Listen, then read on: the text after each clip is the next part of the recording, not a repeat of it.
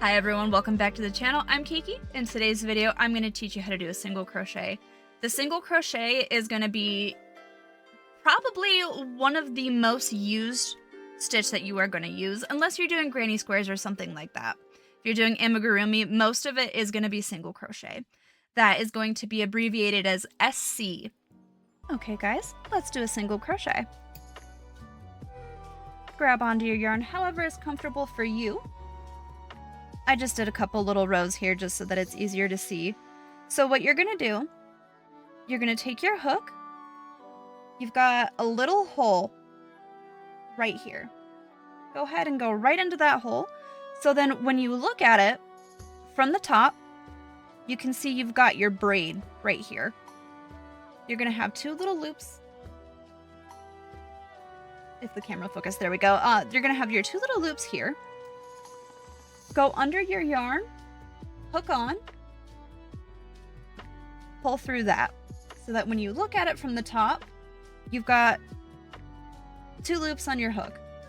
Keep it like that, yarn over again, and then pull through both. And that's just a single crochet. You can go through so that you're through the entire project. Grab on, pull through so you've got your two loops. Yarn over. So yarn over just means the yarn goes over your hook.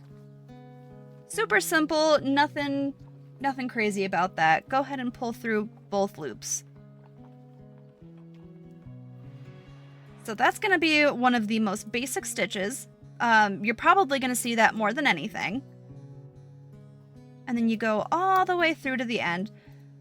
By the time... Ooh!